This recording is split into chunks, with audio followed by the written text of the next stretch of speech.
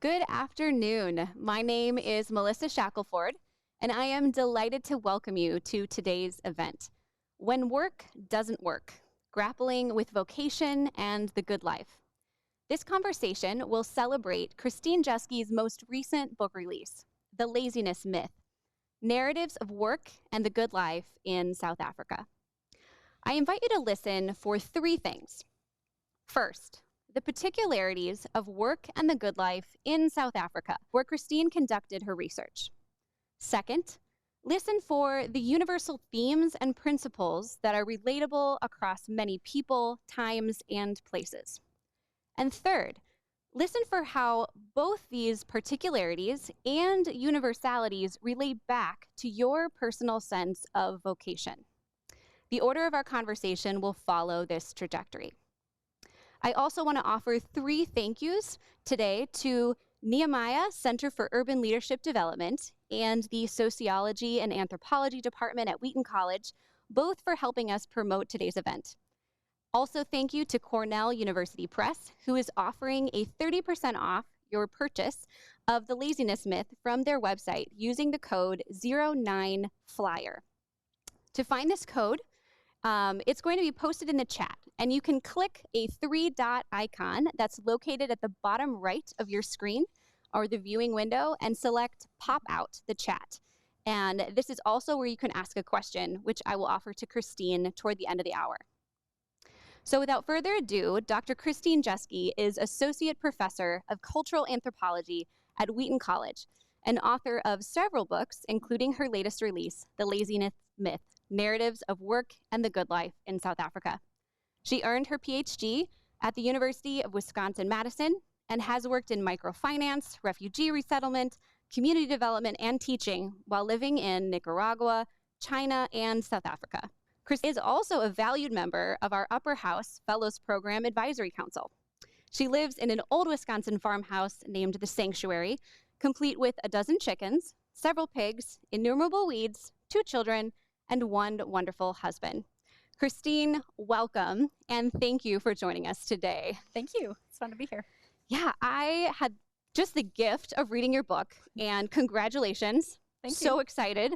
There is so much to unpack, and I'm really excited for today's conversation. Yeah, let's get started. So I want to start, some people might not be very familiar with the role of an anthropologist or the field of anthropology. So just starting really basic, can you describe the role of an anthropologist? Yes, thank you for asking, because many people show up for my classes and still don't know what anthropology is. Occasionally I get someone who thinks it might have something to do with dinosaur bones, and it's definitely not that. Sometimes people picture Indiana Jones, and it's not that either.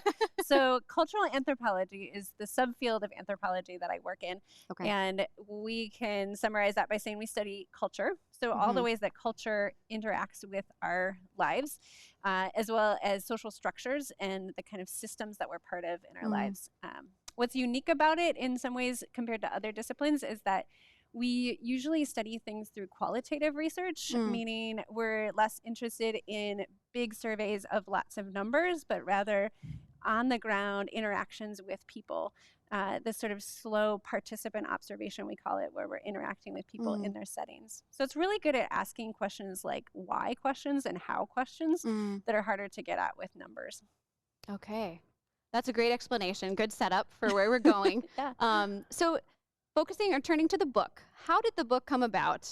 Was it pre-planned? Did it kind of happen? Did it find you in some way?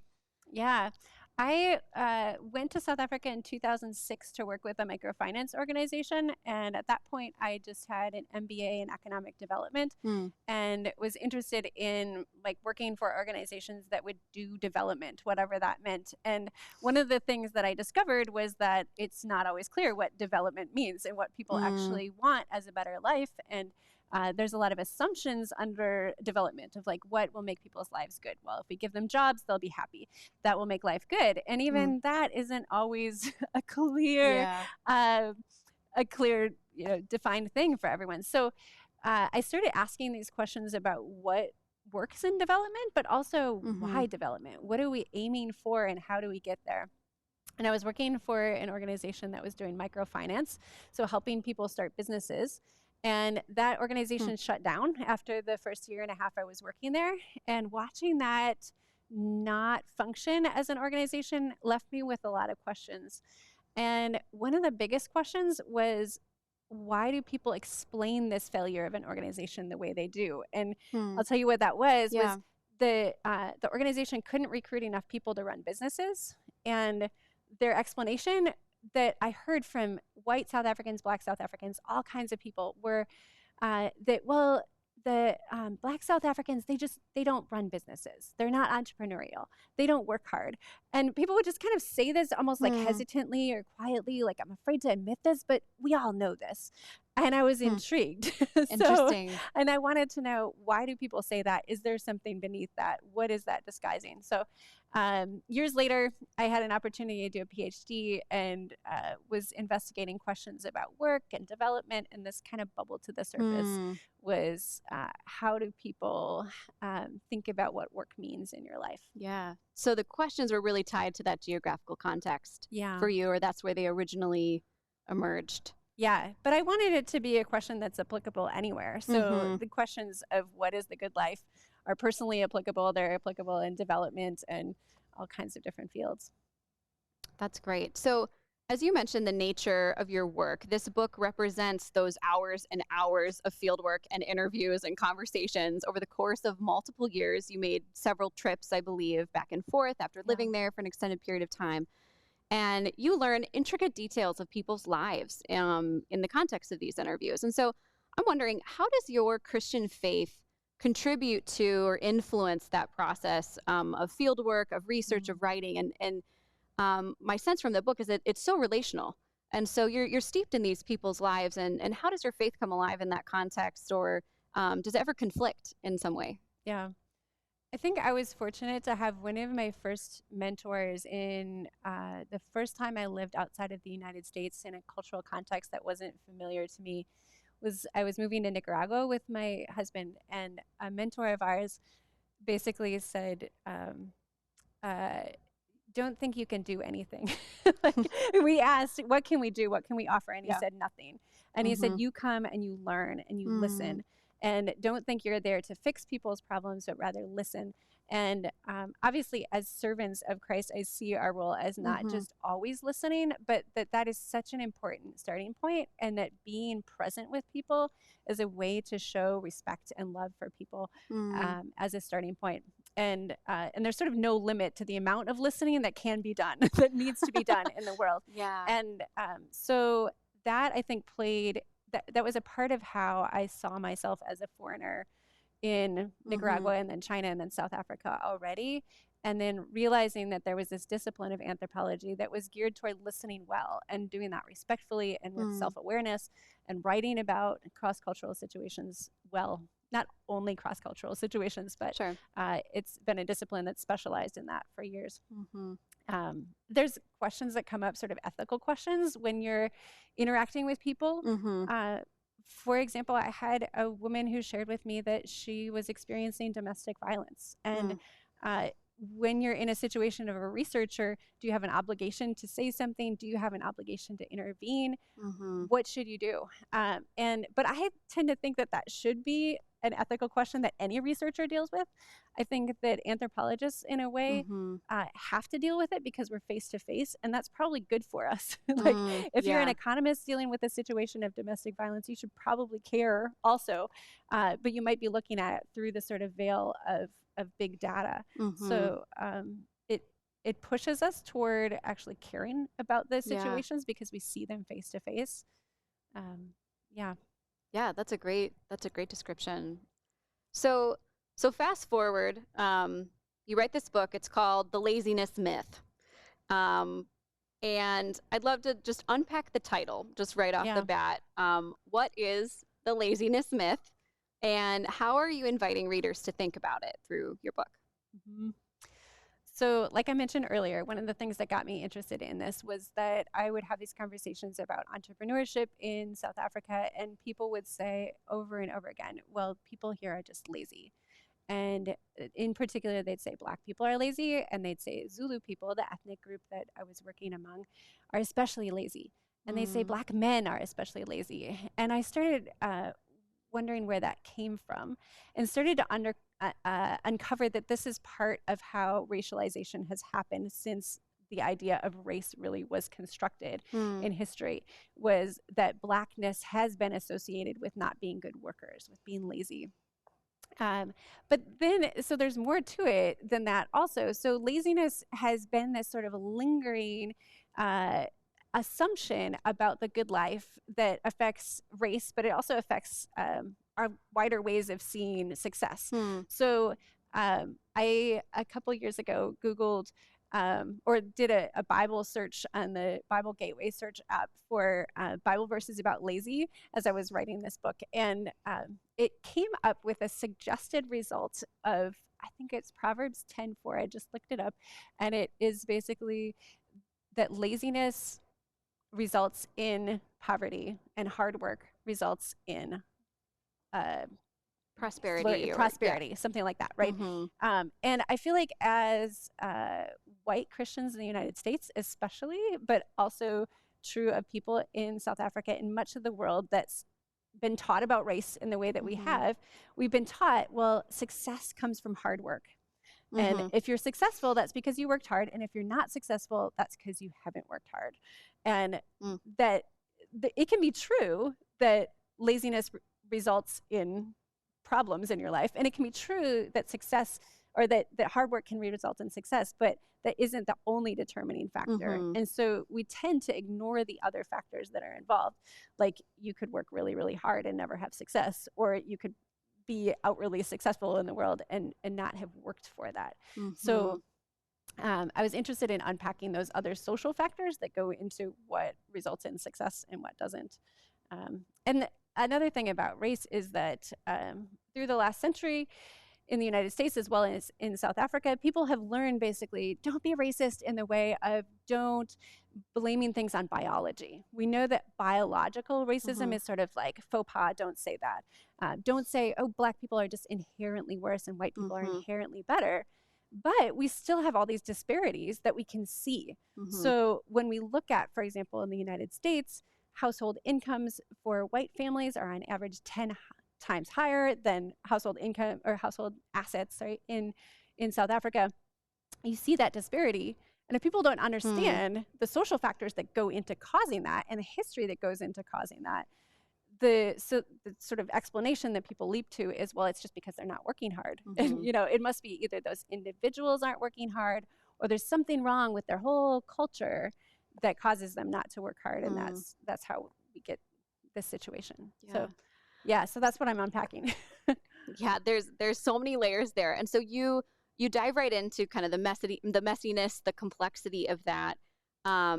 And the majority of your book really starts teasing out these different narratives that it's not just the hard work narrative that we default to, or that is even in play or even valuable or determining kind of how we relate to work. But I'm wondering if you could, what are some different cultural ways that people think about work? Can you unpack, what did you discover in that interview process? Yeah. So when I talked to people who were Black Zulu South Africans about this idea of laziness, and they had heard this so much that it was a part of what they assumed about themselves too. I would ask people the question sometimes, what is unique about Zulu people?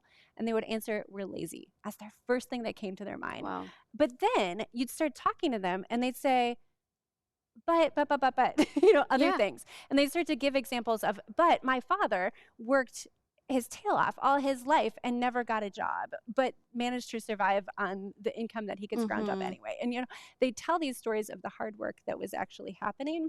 And so part of what I'm seeing is that people actually are working hard. But also I was interested in, so how can people attain the good life, basically, if they can't have the good life that is assumed people will have with, like, you know, the good job and the pretty house and the fancy car. And because I should mention too, in South Africa, the unemployment rate is extremely high and has been for as long as statistics have been accurately counted. Like for the last 20 years, the unemployment rate in South Africa has been as high as it was in the Great Depression in the United States, just consistently. Yeah. So you're surrounded by people who can't find jobs. And I was interested to hear, does that always feel like you're just not living a good life and you're sort of excluded from the good life then if you can't find a good job? Or are there other ways that people achieve a good life? And that was, to me, some of the most interesting and hopeful in some ways side of things. So one of those ways. Yeah, go ahead. Well, I was going to say that like several stories in your book highlight the role specifically of respect and then the influence of relationships. And so I wonder if you could kind of unpack and describe how each of those values frames different paradigms of work and as well as the good life. Sure. Yeah. So in the book, like in the second half of the book, I basically go through what are some alternative narratives of the good life. If it's not just this one-on-one relationship between like work hard, succeed, which we all know doesn't actually work for anybody. It's not that simple. Then how could we better think about this? And one is this idea of respect. And it's a beautiful concept. The word in Zulu is inhlonipho, which is kind of translated respect, but I think it doesn't 100% line up with how you might think about respect in the United States. It has to do with honoring people, looking up to people, and treating them with dignity, which is something I think you might assume with respect. It also has to do with redistribution, though. So I started to realize that when you respect somebody who, say, is higher social status than you, the expectation is that they also respect the person who has lower status in society, and that they care and give them enough dignity to actually be willing to redistribute power and resources to them. So it's kind of this responsibility to the people around you. It's not just sort of like, be kind and like say somebody is valuable, but it's actually do something about that. Yeah. It's actually like an avenue for agency, no matter your place or position or a currency kind of. Exactly. Yeah. And I found it so fascinating because South Africa is one of the most unequal countries in the world, by some measures, the most unequal. And so I was interested in how do people survive in inequality? We can try to create a more equitable society, but it's a slow road to doing that. And so how do people achieve good lives or better lives within that? And I think one of the ways is this value of respect, of saying, I am worthy of your dignity and pay attention to me. And if you actually, see me with dignity, then you're going to be willing to distribute resources accordingly. Yeah. I remember one of the reflections in your book talked about how some of the stories in your interviews about those who actually enjoyed their jobs or gave good kind of testimonials about their work experience spoke about how they were treated. And it really reflected the value of respect. It wasn't about how much they were paid. It wasn't the type of work they were doing, but it was really the conditions that they were working in that made it valuable. Yeah, I started counting how many people told me that they had left jobs and then paying attention to the reasons that they gave for having left jobs. And if the laziness myth were true, right, then people would probably say, well, I left that job because it was too hard and I didn't feel like it or something like that. Yeah. But instead, the reasons that they gave were consistently the most common reasons had to do with respect. So it was things like they didn't treat me as a human being, and it wasn't even necessarily about pay. Pay was kind of like a subcategory to respect. It was like, I'm not paid enough to be treated that way. The pay that you give me is communicating to me that you don't respect me. And the workplaces where people were happiest were places where they said, we're respected. We treat each other with dignity. And there was specific ways that was demonstrated. So people were invited into leadership no matter what their job was in the company, or their families were known by name and like welcomed in and out of the building and things like that. Yeah. So unpack the relational side, because just the role of relationships and the ways, whether it's family relationships, community relationships that drive different decisions that I think are different from perhaps some people in the United States. It could be particular to culture, but it could not be. But it's a narrative that you're unpacking relationally in terms of what's valuable, and it can look like the laziness myth of I left this job. But do you have a story that kind of illustrates that, or Yeah, the role of relationships. Yeah. People would use the word right in South Africa, both in the midst of Zulu sentences and in the midst of English sentences. Hmm. They put this word ku in front of it, ku right, meaning it's right, in the middle of a Zulu sentence. Yeah. And the Zulu word for right is lungile, but it's this sense of like rightness. And people wanted there to be rightness in the world, meaning the relationships with the people around you have to be right. And I knew people who left jobs where they'd say it wasn't right. The way I was treated wasn't right. And that could be maybe there was a labor broker company that basically hired them on a contract where every month they could be laid off again and they had no consistency in their job. There was somebody who watched somebody fall off a ladder and there was no compensation for it. And there was somebody who was sent out into the woods and given just a flashlight as protection and was supposed to protect this multi-million-dollar equipment with their flashlight. And they realized this is not right. Like my life is treated as if it is less valuable than this equipment. And these are people who would quit jobs over this, knowing that they might not have a way to feed their family the next month. So it was saying my value as a human person is so valuable that I'm not going to let myself be treated like this, even though I know there's financial risk at stake here. Okay. Yeah. So there's a lot more at play. Yeah. Obviously. I want to move to this phrase, the good life, and why you use that phrase and what does it mean? What are you thinking of when you're using the phrase, the good life? Yeah.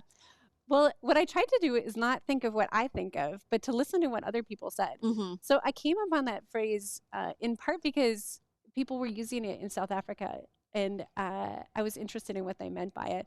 I actually was early in my research and had flown into South Africa for just a summer visit for a couple of months. And I was staying in Johannesburg with a friend, and I drove through the city, and there's this huge billboard that said "The Good Life," and there was a picture of two young men holding glasses, and the ad was for liquor. Sure. It was for alcohol.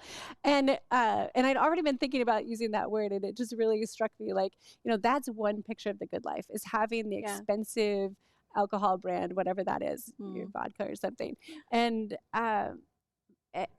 people were talking about it though and saying, like, we've been promised the good life, we're not having the good life. So I started just asking people, what does the good life mean to you? Yeah. Yeah. Okay. So one of my favorite parts of your book is right in the beginning, the introduction. You do such a great job at unpacking each of these foundational pieces that you then share within stories.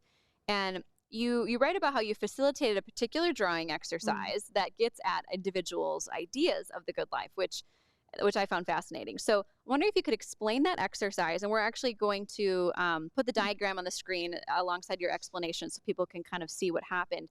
But explain the exercise, and what did you take away from it? Sure.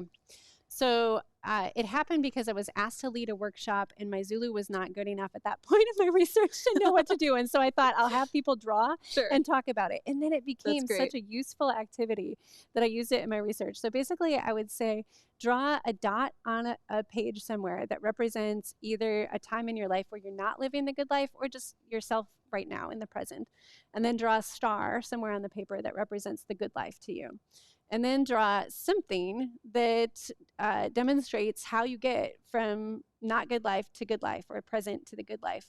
And people would draw all kinds of things. But the drawings themselves weren't always making sense to me, but people then would start talking about it and start looking at each other's drawings and realize there's differences. Yeah. And then I started putting them on these note cards, which I think you're showing right now. Yeah. And I drew these note cards sometimes just based on what people had told me to, and I'd sort of draw it afterward and say, so like this. And then I'd show the note cards to people who didn't know the people who told those. And it got at, and I'd say, which ones do you agree with? And are there ones here that you don't agree with? Yeah. And it got people to talk about the moral aspects of the good life. So I love the word good because both in Zulu and in English, it can mean both like good food, materially good, tastes good, makes you happy or something. Yeah. And it can mean good as in moral goodness. Is it right? Is it the way that someone should accomplish the good life. Hmm. And people had strong opinions about that. And I think we all do, but we don't Yeah. necessarily know we do. Totally. And Yeah. that, I mean, like, I think everyone's looking at those diagrams now, but I was just like, I was so fascinated by all the differences, and I wouldn't have come up with the exercise looking at all of the different photos, knowing, Yeah. oh, this is exactly what it's saying, because they're so different. Mhm. It really opened my eyes, and is a great primer for reading the rest of the stories, I think. Yeah. It speaks volumes. Thanks. So you are a detailed storyteller, and you do a great job of showing how work and the good life aren't these isolated objectives or simply like results of personal agency, but instead they're complex concepts in this web of the cultural narratives, economic systems, and a history of systemic and even legalized racism. I just want to open it up for you to share a story or two that speaks to some of these layers. So the interplay of the cultural narratives, the systemic situations, and that bring that to life for some of our listeners today. Sure. Well, the story that opens the book is of a guy who went by the name Bullet.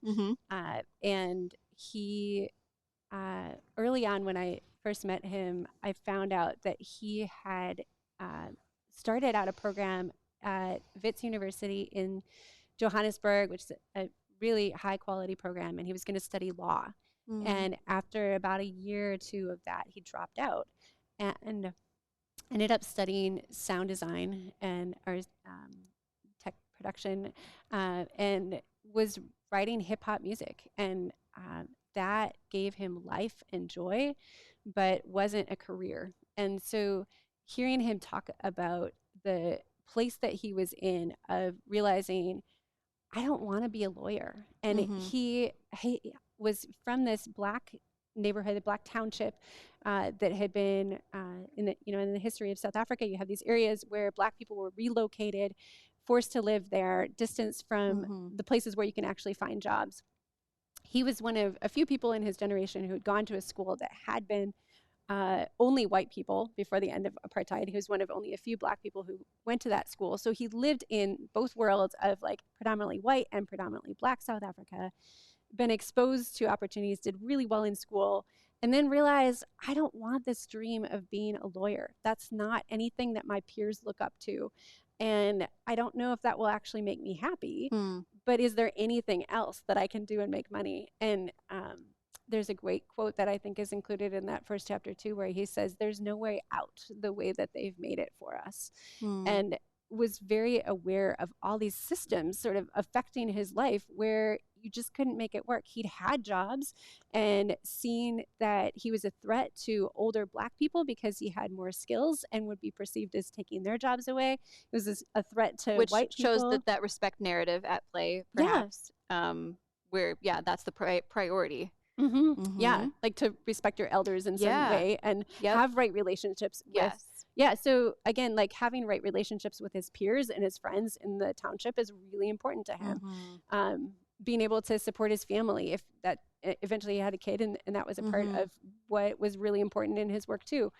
So wrestling with like, how do you find a life that actually is true to who you want to be and what's possible for you in that setting. I wonder if you could share one of the stories that one of the chapters that's closer to the end of the book is, in a way, some success stories, but you put a lot of qualifiers to that in terms of not wanting people to make assumptions about, look, there is an example of this just works, and to reinforce the very thing that you're trying to tease out, the complexities from. But I wonder if you could share one of those in terms of painting the picture of maybe a version of the good life that might be different from some of the listeners or us, and how we would define that. Yeah, and thanks for highlighting that, because I really was cautious about that and how I wrote the book. And one of the early reviewers even pointed this out too and said, do you want to have these sort of success stories at the end of the book? Because it's just playing into this narrative of like, if you try hard, everything goes well. But if you really pay attention to these stories, so basically I asked over 100 people what the good life looks like to them. And of them, it was something like 5 said they had the good life. And so in that chapter, I pay attention to... That's just from like pause on that, right? 5 Right. people out of like at least 100 Yeah. that you've interviewed. Yeah. And some people were Yeah. like, well, maybe sort of, but there were Uh-huh. 5 who kind of solidly said yes. And so I paid attention to what does the good life look like for them. And it's not enough that it's representative to say this is, how everyone should Yeah. achieve the good life, but what are some common themes? And one thing that wasn't a common theme was employment. So I had, somebody who had a really nice job as an engineer, kind of the ultimate dream job that he never thought was possible as a kid. And then I had someone unemployed, someone self-employed, and someone in a really low-wage job. And so that wasn't the determinant. But one thing they did have all in common was they all, in some ways, saw themselves as being in right relationships with people around them. So they tended to be in family or community situations at home where they felt like they could provide well enough for the people they cared about. And then at work, they tended to see themselves as a valuable or a valued part of their company.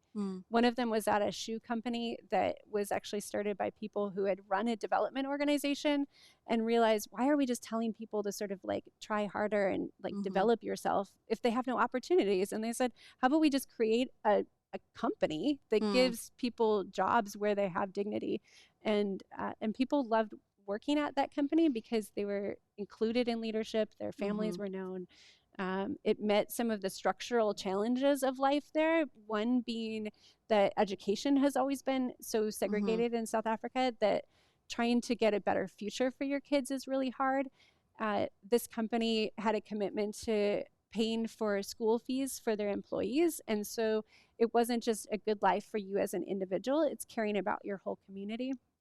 So another piece of that, I guess, too, is that people came to see the good life often as not just me individually as one person who's going to get there by myself, but what's the good life for us, and seeing sort of like it's about us, we achieving it together.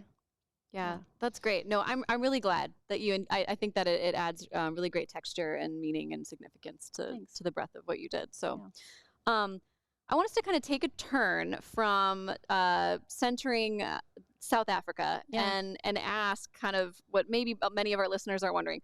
What are your thoughts about how your findings translate to American culture? How might we be thinking about this and start going like, what does this have to do with my vocation? And what is my definition of the good life? We don't necessarily use the term the good life here. So how might we think about that? Your thoughts on how to start translating this. Yeah. So one of the things that I loved that I discovered about writing this book as a professor and a teacher is that when I talk about this research, it prompts people in the United States to ask sort of thoughtfully, does that happen here too? And I love that they're hitting that point and saying, does it happen here too? And then they realize it does. The racism side of it and the unemployment and the injustice side of it. And so I think there's this sort of unintentional thing that happens where Americans can read about South Africa from a distance and think like, oh, that's them. I can sort of see it from a distance. And then suddenly you realize, wait, I'm implicated in this also, especially as a white North American. And so the racism and that predominant narrative of hard work as the solution to life, that has come through European ancestry to South Africa and to the United States also. And so I hope that readers will start to recognize that and say, wait a second, when am I blaming poverty on someone not working hard enough? Or when am I attributing their success to them just being an exemplar, perfect kind of a person who deserves that? Rather than saying, where are the structures that have made it harder for some people to achieve that place than others, or made it impossible for some, impossible for others? So that's one part of it. That I mean, on a personal side, maybe I'll let you ask whatever next question you want to too, about how it personally applies to like when you're in a situation of work struggle. And I think that's another way it's we can definitely go there. I do want to ask, I mean, we titled this talk today about grappling with vocation. And so I wonder if you could speak a little bit about how the good life might relate to vocation. And is this the same as work? So kind of introducing a new term and how maybe you want to define vocation for us as you're describing this, but how does the good life relate to vocation? Yeah. And vocation isn't a word I use in here, but it's definitely Mm-hmm. one that is useful to think about. So Yeah. I think of vocation as one of a possible set of ways that we could think about work. Mm. And for me as a Christian, it's a way of thinking about work that incorporates, the word comes from calling. So Yep. a call from someone. And as a Christian of faith, I see that as a calling from God, from a Christian God. And so then work becomes, or vocation, or really sort of what you're doing with your life becomes how you line that up with what the caller desires for your life. So there's this element of conversation with the one who calls, with God. That's a really beautiful picture. Yeah. So back to your question of how that relates to work. Yes. Should I go there? Great. Yeah. Go there. Yes. So it doesn't line up necessarily. Okay. And that's where I think we get in a lot of trouble, is we assume that they're the same thing. And sometimes programs where it's like talk about vocation, we end up just talking about work and your career, how to succeed in your career. But that leaves out so much of our life. I mean, a couple examples would be just like a person who's a stay-at-home parent not getting paid, is and you we talked about this earlier. Talk about, We're going to talk about what work means. And I said, well, in my book, I'm really intentionally not defining work because it gets defined in so many ways too. So, is work what you get paid for? And often we assume that it is, but then that leaves out all the people who are working at home or working elsewhere for unpaid work. And again, vocation is not necessarily what you get paid for either. You think about retirement, that phase of life, do you suddenly not have a vocation anymore? Or children, do they not have a vocation? Is it only those middle years of your life, people with the ability and the job and everything? Clearly it's not. So I think for vocation, we have to kind of distance it from that and ask rather like, what is the way that God wants me to spend my time? I think about it that way instead. Yeah, which could involve work or could not involve work. And that's great. So kind of getting into more of a personal situation, I think one of the challenges of living into your vocation is when your current circumstances don't align with where you believe you're called.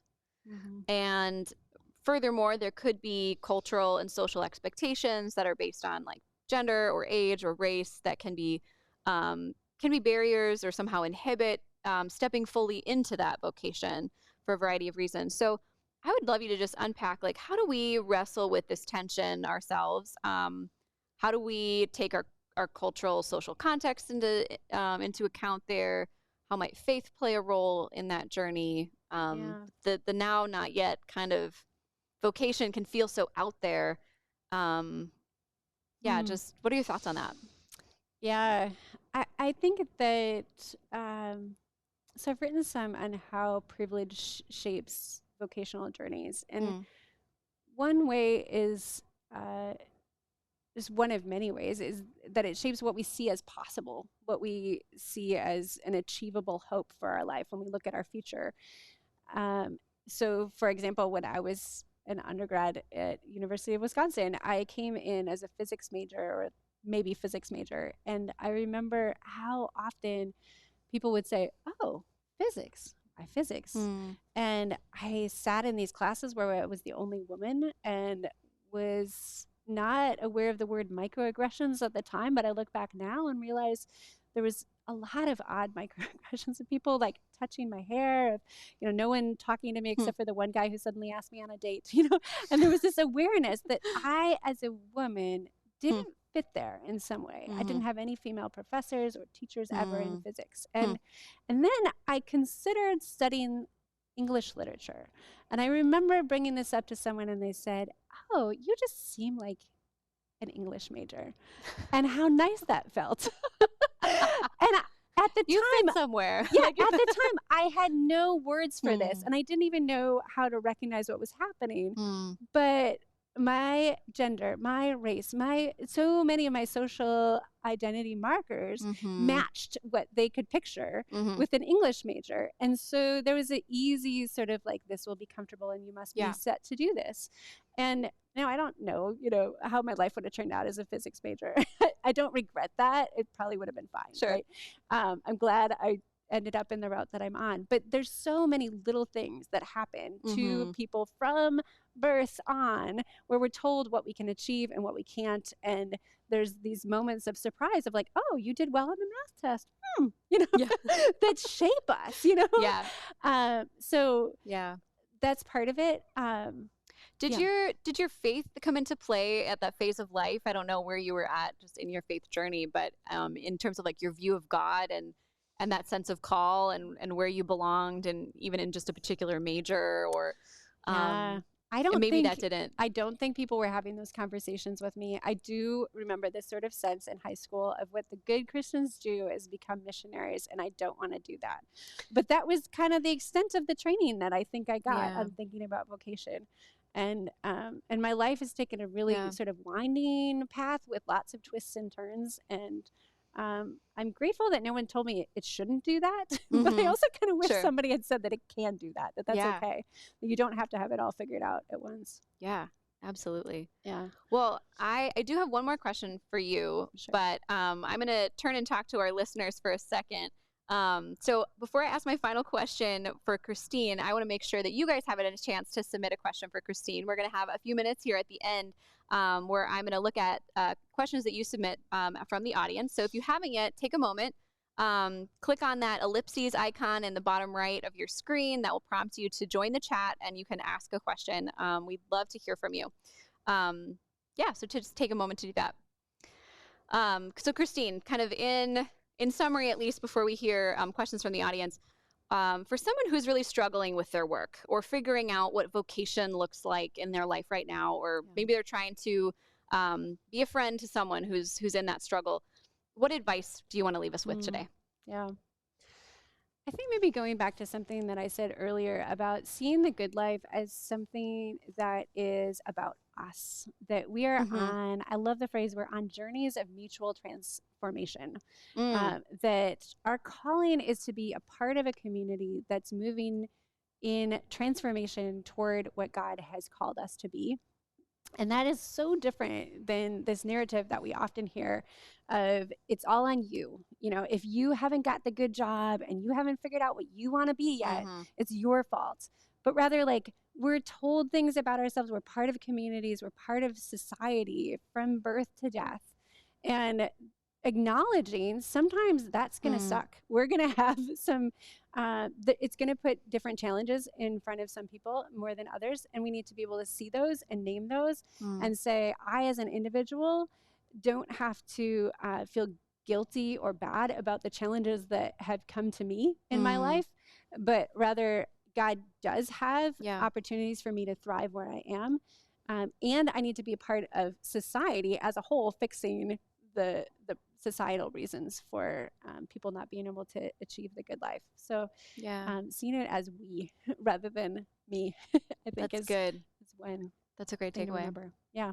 So I'm going to hop onto our question box here. And as I'm looking at current questions, I'm actually going to throw up one to you that came in pre-submitted. Okay. So someone asked, how important or not is longevity as part of the desire for the good life?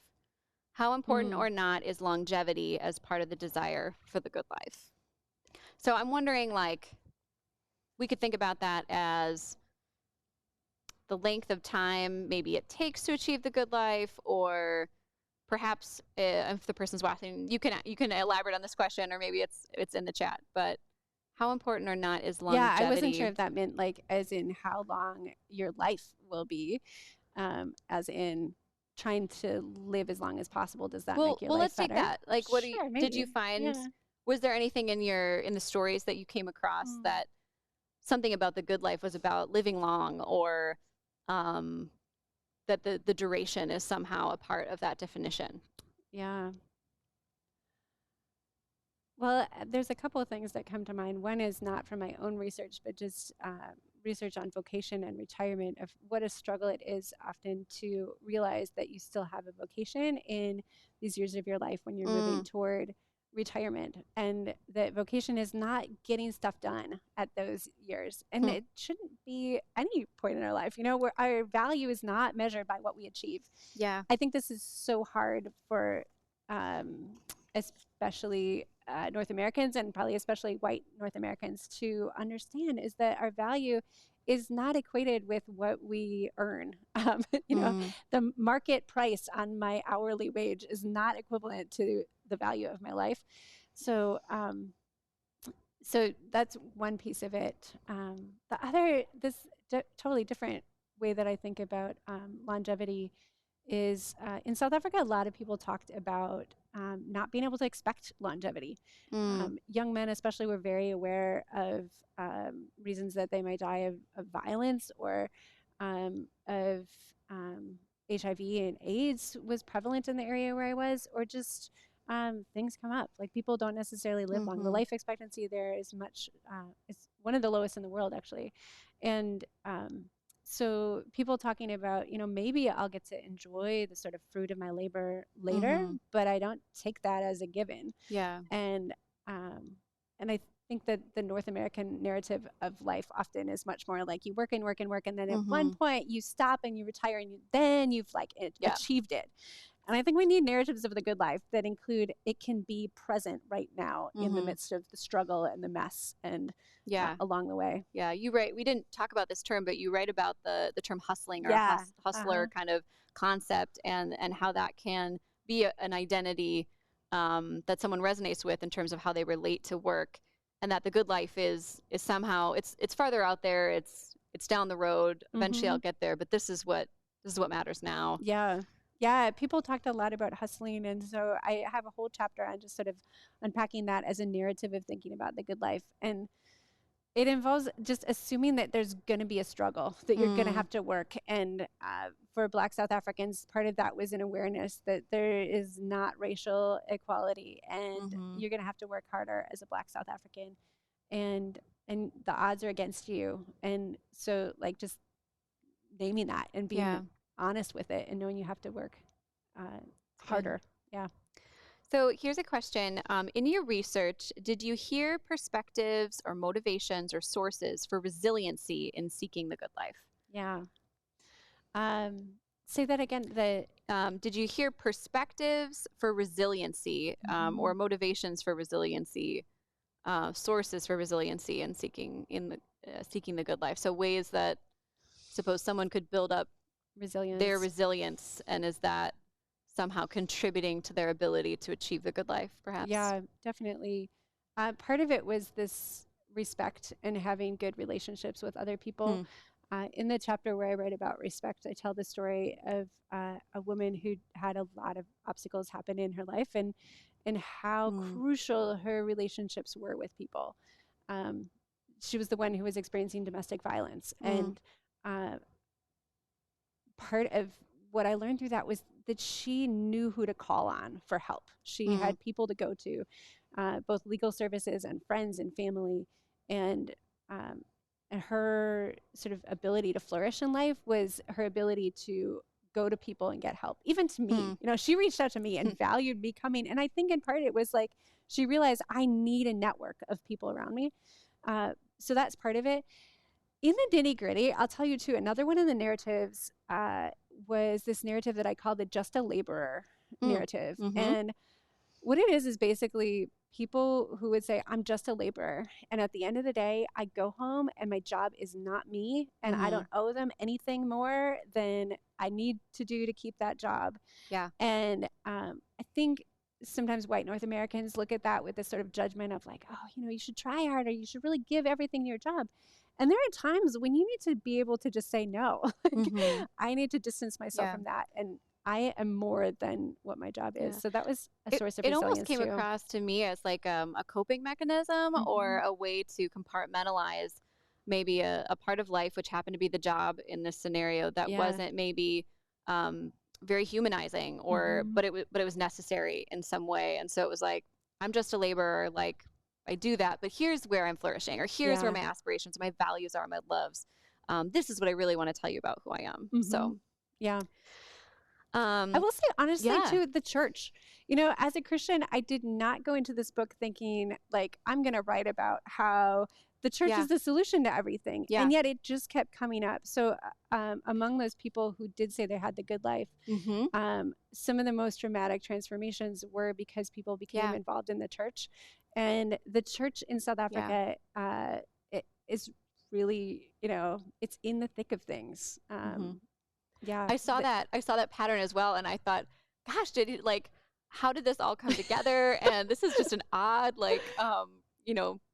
I wrestled with it, honestly. I was like, Yeah. I almost don't want to write this because people won't believe me because they know I'm a Christian. They'll think I'm skewing the data. But when I asked people what was important, like there's an artist who became a Christian in the time that I knew him, and he brought it up and started telling me about how his whole life had transformed. And he was like, I was not living the good life, and now I am. Yeah. And so I can't ignore that.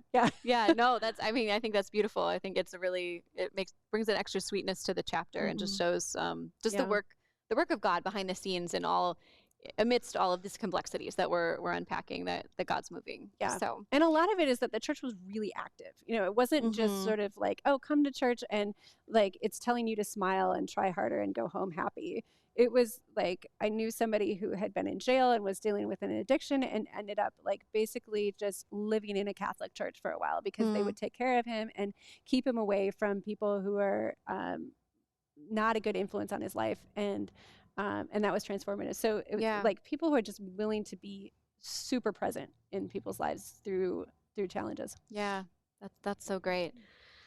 So a question in a different direction. How do you consistently keep the value of work in check so it doesn't become our ultimate value? Yeah. So maybe, I don't know, the ways you've wrestled with that personally or ways you counsel others in terms of keeping our value for work in check. I've written an article where I talk about the Frederick Buechner saying that your vocation is where your deep longing meets the world's deepest need, something like that. And how that's so often cited. I mean, at least that was maybe the one thing about vocation I heard. There's a little problem that happens with that, though, when we define our vocation as just being meeting somebody's need. Because I think this is another sort of myth that we have about work or about vocation, is that I am only valuable if I serve someone, if I fix somebody else's problem. And I think this produces two things. One is that when we are underemployed, like we don't have a job where we're feeling like all our passions and our skills are being used, we feel worthless because it's like, I'm only valuable if I do something and make the world a better place. And then vice versa, if we do have a job that we are aligned with and think is important, we can become overworked because our whole sort of identity and purpose is in solving the world's problems and achieving more and more. So I'm not sure if that answers that question or not, but definitely. So there's, we have all these possible ways we can go wrong of both sort of giving it too much and giving it too little. No, that makes sense. And this question maybe flows out of some of your comments there. How has your guidance for students who are planning for their futures, how has your guidance changed since starting your research? And some of your students might be watching, but how has your research informed how you guide students or changed because of your research? Yeah, I think that it's helped me to see the privilege involved in how people are taught about vocation. The people who come from more privileged backgrounds are often told over and over again, you can do anything and achieve anything. And they go through life expecting that to happen. And so then there's this like total like devastation when your first job out of college is not what you hope for, or maybe no job at all. And I started hearing from alumni and people in those early years after college, like, no one told me this could happen, that I might not get the job that's perfect, and nobody prepared me for that. So I started to realize, like, we need that kind of resilience. We need tools for, like, how do I quit a job that's just plain unjust? How do I speak up to an employer who's not treating me right? How do I sort of distance myself from a job that isn't my whole identity, but I just need it to pay the bills right now, because sometimes that's how work is. So I think there's that side for people who have grown up in privilege. And then for people who haven't grown up in privilege, sort of realizing, like, what is the narrative that you need to be able to hear also is, you do have possibilities. Like, you know, like what does hope look like for you, and how do you develop the resilience to sort of hustle? Like, how do you acknowledge there's going to be things that are not fair? You need to be able to name them. You need to find your people who are going to support you through that and stand by you and sort of get what you're going through. Yeah. Yeah.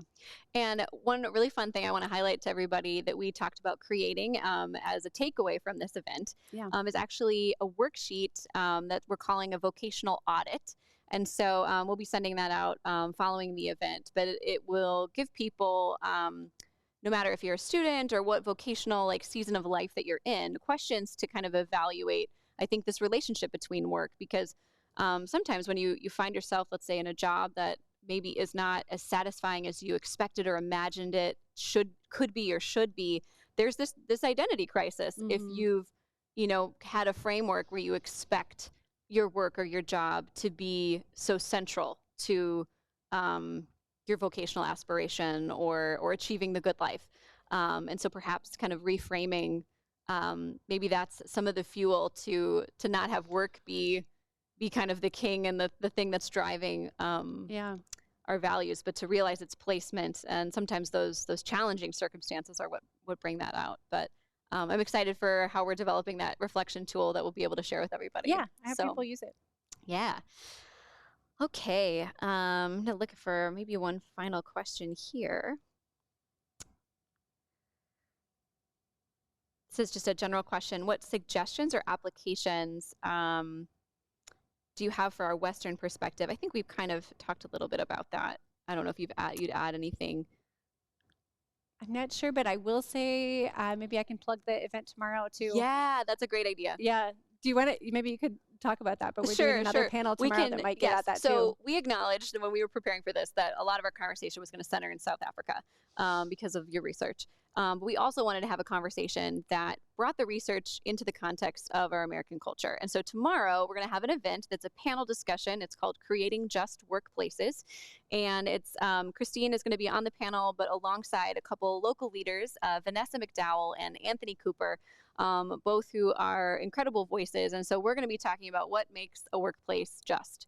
So if you're looking for more of that practical application, the strategies, the how do I walk this out, in my current, really the job or vocation, that's going to be tomorrow at noon. So we'd love to have you join us for that. So I'm hoping there we can get maybe more into the nitty gritty of what it's like to be a manager or a coworker in a workplace and think about how do you, because I talked today about how we need to see vocation and the good life as not just something you achieve as an individual, but something we do. So hopefully tomorrow we'll get more into like, how do we do that? How do we create these systems that people can flourish in? Do you have a general hope to leave us with? If you're in the gritty details of some of the greatest challenges I think that we walk through in culture and society, and when you look up, what is your hope? What's that North Star or aspiration before we close? Well, it's funny you asked me that question because I just actually wrote this piece on hope, and you can find it at the Collaboration Project, which is another local medicine organization. It's on their blog live as of yesterday, and I write about hope and how actually in this last year I've realized that often the hopes that I've been taught have been too small. And I think that people of privilege, and I write in that blog particularly to white Christians, I think our hopes have been based on just the assumption that things will always go fine. I will work hard and things will turn out right eventually. And I think we need a more rugged hope. So I'm hesitant to leave us with an easy hope. I think in that article, I kind of say, hope is about realizing that God is there, period, full stop. Like, that's it. That things might not go well. That the good life might not be easy and it might not be comfortable. I think about the woman who told me she was living the good life in the middle of being unemployed and trying to start a new business that wasn't really taking off. Yeah. And she was just like, you know what? I have peace in my heart and I have good relationships, and that's going to be enough for now. Yeah. So, that's great. Christine, thank you so much for talking with us today. I just want to leave you all with a couple reminders. If you actually didn't get to your question or you want to continue this conversation, Christine and I are going to hop over to a Zoom meeting, and the link you received in your email reminder, and it will also be posted in the chat. We're going to get a few extended minutes to be able to dialogue with Christine, and you'll be able to ask her your questions face to face. So we'll be over there in just a few minutes, a short break after this ends. And then I just want to highly recommend Christine's book. I thoroughly enjoyed it, and I want to invite you to make a purchase over at Cornell University Press using that 30% discount, the 09 flyer. Look for that vocational audit worksheet that's coming your way, and then we would love to see you at tomorrow's panel discussion at noon. Thank you so much for joining us, and we look forward to seeing you at the next Upper House event.